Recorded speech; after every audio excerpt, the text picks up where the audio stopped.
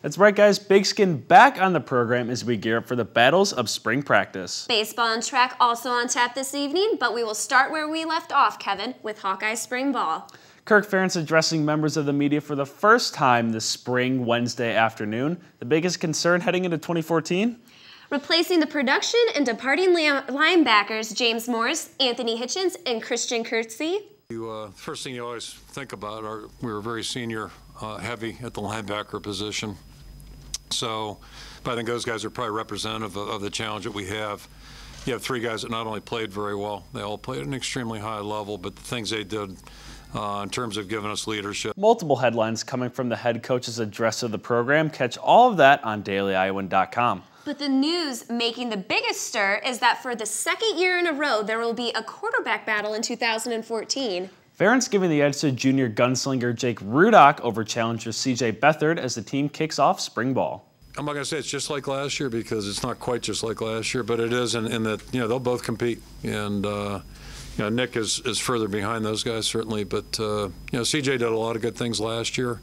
And I would expect him to be a better player this spring than he was a year ago. And so we'll let those guys compete, and it should be great competition. Ferentz making news off the field. The Iowa baseball team makes headlines on it recently. Unfortunately for Rick Heller and company, visiting Bradley crashing the dream to start 2014 at Duane Banks Field Wednesday afternoon. Daily Iowan TV Sports' Alyssa Bergamini at the Duane Banks for this one and has the extended highlights.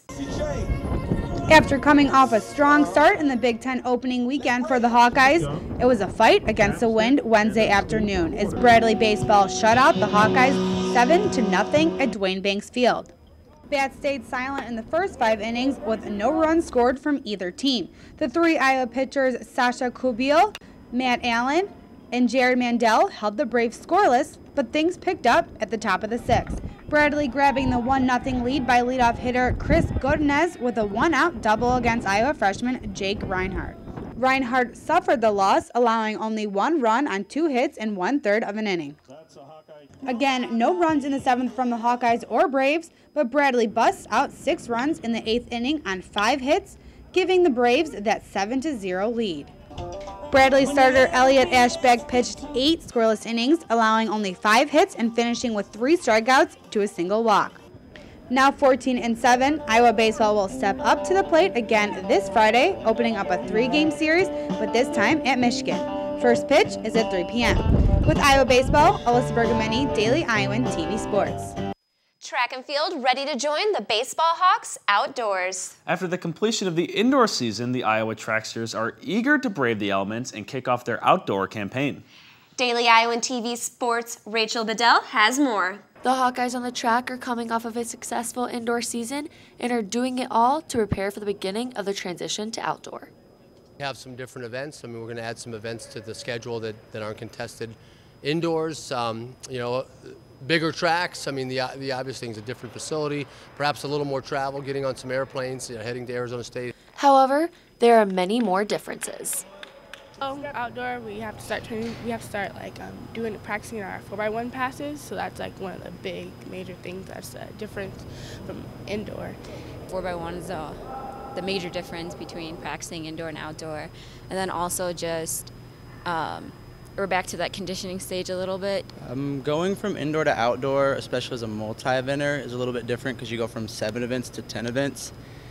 And the hurdles, you go from doing 5 to doing 10, which basically doubles. And I had a hurdle practice today where we went over 7 for the first time and almost died. And we also add javelin, which you can't really throw inside. Training for their outdoor season can be difficult when the Iowa weather is constantly making the Hawks train indoors. The weather has been awful around the country this winter. You're watching there, they're doing relay exchanges, and it's not on the outdoor track, so they're not in the zones or having to put chalk down and tape down and make zones, so it's obviously not quite the same. With the hurdles, you can't set up 10, but you can get 8 in here. Pole vault's difficult too because wind is a factor, and indoor it's really consistent, just no wind every time. When you go outdoor, the wind starts to blow, you have headwinds and crosswinds coming from the side. And also it's cold, and your hands don't really work when it gets cold, and that's kind of scary too, and just something else you have to deal with. Needless to say, the Hawks are eager to escape the cold for their first outdoor meet. It was pretty exciting because It's been 20 degrees here in Iowa for about the last 10 years, and it's going to be 90, I think, in Phoenix. So we're going to open up with prime competition, and it's a good opportunity to just open up with a bang. Rachel Bedell, Daily Iowan TV Sports. Kev, that will do it for this evening. A whole lot more coming up on the Sunday edition of the program, but for now, back to you guys at the desk.